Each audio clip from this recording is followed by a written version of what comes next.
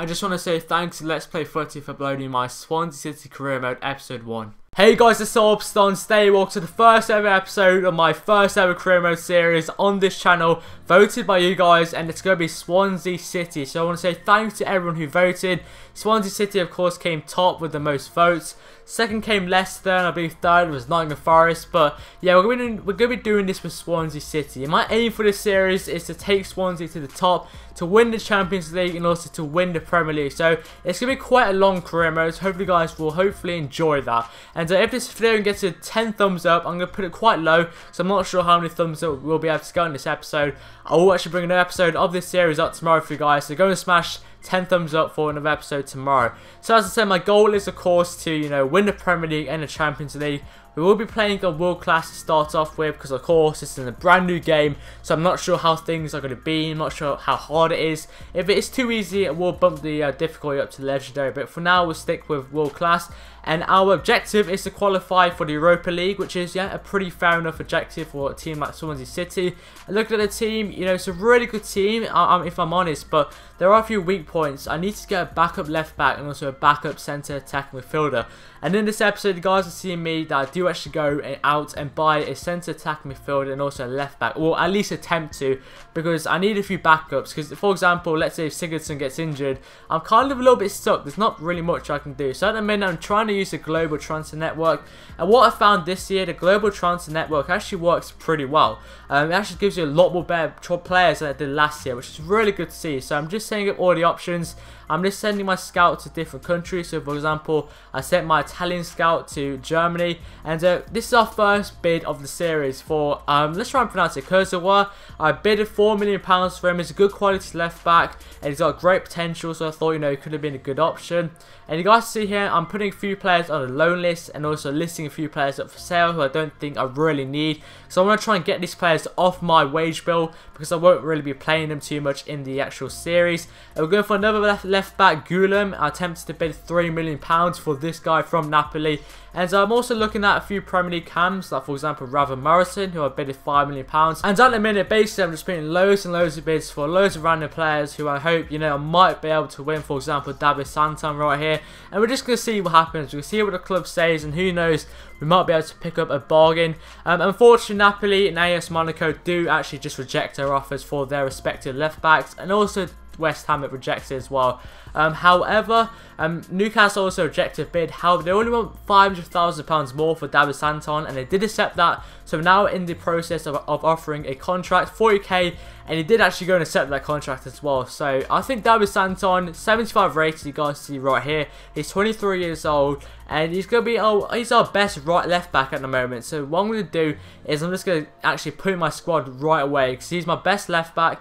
And that means my current left back, Taylor, could just take a seat on the bench because I don't really need him, and he can play in my reserves team. So I'm also going for Lorenzo Insigne. It's kind of a little bit of an ambitious bid, but you never know what would happen. And also Maximilian Arnold. Now, that guy, Arnold, is a pretty big interest to me because he's got some great stats and also he's got some great potential, and he's only 20 years old. So I think that he could, if I can manage to secure his services, he could be a very good player.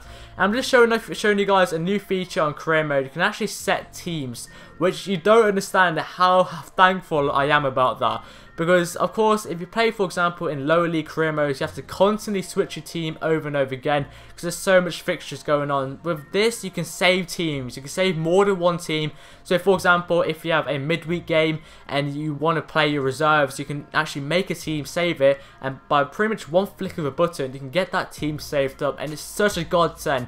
And that's a really good thing that EA implemented into the game, in my opinion. So, of course, I'm just setting up my reserves team right now, and we're going to the first friendly against Bayern Munich. By the end of this game, you guys will be absolutely shocked. So it's 1-1, but we go 2-1 ahead. We regain the lead through Fulton, and the time ticks down to 90. We have beaten Bayern Munich, pretty much their full strength side. Our reserve team have beaten Bayern Munich, our reserve team. That's absolutely incredible. Unfortunately, our bid for Arnold was rejected, so I decided to up it to £5 million. That was actually accepted, so decided to offer him a contract of £35,000 per week, and we're going to a friendly against Juventus. Unfortunately, we go 1-0 down quite early. That's soon to be 2-0, and we're kind of just going back down to earth after that Bayern Munich win, after getting a 3-0 thumping by Juventus. And unfortunately, there was a training injury to one of our players, Curtis Obeng, which isn't too big of a problem because he is a reserves player. That's why I actually just played my reserve team in the pre-season friendlies, so I knew there was going to be loads of injuries, and I just didn't want to risk any of my first team players. So you can see here, I'm just putting a few contracts on some players because I do recommend you guys do this if you like. I mean, always do it to start the career mode, because your players won't demand a pay rise pretty much. So let's say, for example, you guys have like a really good young player and you want to lock him down to a 5-year contract. Do it at the start of your career mode because you will save a lot of cash. Because let's say, for example, you wait 1 more year, he may want 20k more. So, you know, I recommend doing it at the start of career mode. Just a little bit of a tip for you guys because you will save a lot of money. So we're going to go into the squad report right now. Squad reports will be shown at the start of every single month along with the league table. But this time I didn't really bother to show you guys the league table because, of course, the league hasn't started just yet. And you can see here, I'm just going through all the players. I mean, a few of the players have gone up. A few haven't really gone up too much. It's not really too big of an impact. I'm a bit surprised to see that some players are starting to go down, but I guess that's only because of them not playing games. I'm not sure really, to be honest, because EA of course said that they've of course increased the age when players decrease to 33 years old, because of course last year it was about 30 years old, so it's good to see that they've actually increased it, because it means that players such as Liam Britton will be able to play without them actually decreasing to like 68 rated, which is really annoying. But you can see here, Arnold accepts the contract, so he's now a player at Swansea City, and looking at his stats, he's a really good player, and also he's only 20 years old as well, and he's 75 rated, and he's showing great potential apparently. This normally means he'll go to about 80 rated plus, so I'm really happy with that signing, and for £5 million is an absolute bargain. So we also get an offer for Adam King for him to go out on loan, which I do accept just to get him off the wage bill. And we do go into our final pre-season game against Deportivo. Not as exciting as Juventus or Bayern Munich, however it was a game I still wanted to win. And we did take the lead through Wayne Routledge, and that is basically how the game finished. So we do win our final pre-season game, which is very good to see.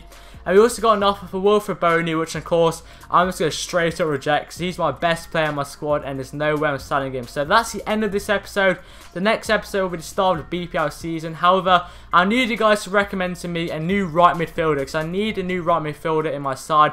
And a new backup one basically to back up Lloyd Dyer, because I have no one there, like literally no one. So please comment below so right midfielders who think I can buy for about £3 million. And remember, 10 thumbs up for another episode tomorrow for you guys. And yeah, drop a like, subscribe to our helps I see if you haven't already. I will see you guys in the next video. Yep, see you guys.